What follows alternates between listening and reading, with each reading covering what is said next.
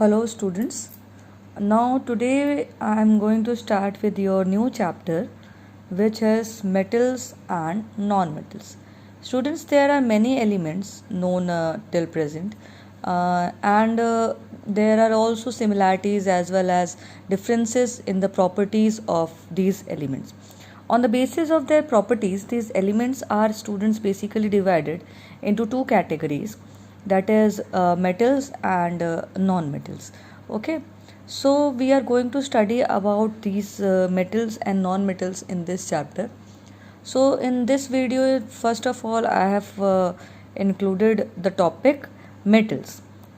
Students, metals are elements that conduct heat and electricity and are malleable and ductile. Okay, so metals are those substances which are malleable in nature, that is, they can be drawn into sheets. They are ductile in nature, means that they can be drawn into wires, and they conduct heat and electricity. Okay, so in this video we are going to study about the physical properties of the metals. Okay, first of all, here as you can see that our first property is malleable. Okay, what do you mean by malleable? Okay, so metals are malleable in nature, that is, the metals can be beaten into thin sheets.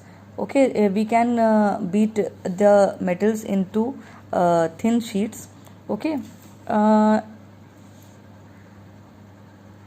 if for example you can take the example of the regularly used aluminium foils at your home. You can look at it that they are so much thin. Okay, and they are in the form of sheets. Okay, so this is how we say that elements which can be beaten into sheets are metal, and this property is known as the malleable property. Okay, means gold and silver metals are some of the best malleable metals. Aluminium and copper metals are also highly malleable metals. All these metals can be beaten with a hammer to form very thin sheets. Okay, so now we'll move to the next property, that is ductile. Okay, so these metals can be drawn into wires. This ductile means the property of the metals that can be that is, they can be drawn into thin wires. That is why this property is known as ductiles. Okay, so metals such as copper, aluminium, magnesium and iron are available in the form of wires, you know it, and the property which allows the metal to be drawn into thin wires is known as ductility. So ductility is another important characteristic property of metals, and most of the metals are ductile, but all the metals are not equally ductile. Okay, it is not necessary for all the metals to be equally ductile. All the metals are ductile, but they are not equally ductile. Okay, some metals are more ductile than the others. For example, gold is the most ductile metal. Okay, this thing you should remember in your it can be asked in your 1 mark question. Okay, the most ductile element is gold. Okay, so gold is the most ductile element. Copper and aluminium are also very ductile and can be drawn into thin copper wires and aluminium wires. Iron, magnesium, tungsten metals are also quite ductile and can be drawn into thin wires. Iron wires are used for making wire gauges, and magnesium wires are used in science experiments in the laboratory, and thin wires of tungsten metals are used for making filaments of electric bulb. Okay, so these are the important uses of this property of the metal, that is the ductility of the metal. Okay, now let's move to the next property of the metal, which is good conductor of heat. Okay, so students, if we say that the metals are good conductors of heat, we mean that metals allow the heat to pass through them easily. Okay, that is why we say that the metals are good conductors of heat. Means good conductors of heat means that the metals allow the heat to pass through them properly. Okay.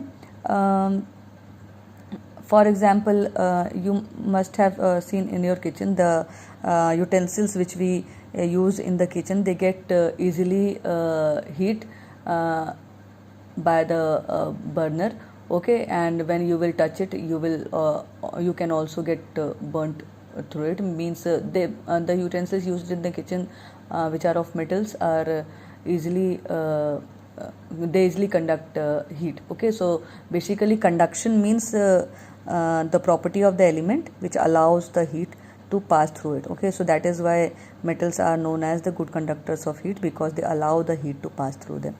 Okay, next is good conductors of electricity. Means the metals are very good conductors of electricity. Okay, as we said in case of heat, that the metals are good conductors of heat, means they allow the heat to pass through it. So if we here, when we are saying that metals are good conductors of electricity, then it means that the metal has the property to allow the electricity to pass through it. Okay, for example, the metals offer very little resistance to the flow of electric current, and hence show high electrical conductivity. Silver is the best conductor of electricity. Okay, here you can also mention silver. Okay, silver is the best metal which conducts the electricity. Okay, so silver is the best conductor of electricity, and copper metal is the next best conductor of electricity, followed by gold, aluminium, and tungsten. Okay, and also the electric wires are made up of coppers, aluminium metals, because they are very good conductors of electricity. Okay, the metals like iron and mercury offer comparatively greater resistance to the flow of current, so they have uh, lower electrical conductivity. Okay, so metals like iron or mercury are also conductors of electricity, but not as good as the other metals. Okay, these actually students, metals have conduct electricity due to the presence of free electrons. Okay, so basic point means if somebody asks you that why metals conduct electricity. Okay, so metal conduct electricity due to the presence of free electrons. Okay, so metals have free electrons, that is why they conduct electricity. Actually, these free electrons can move easily through the metal and conduct electric current. Thus, electrical conductivity is a very important characteristic property of metals. Okay.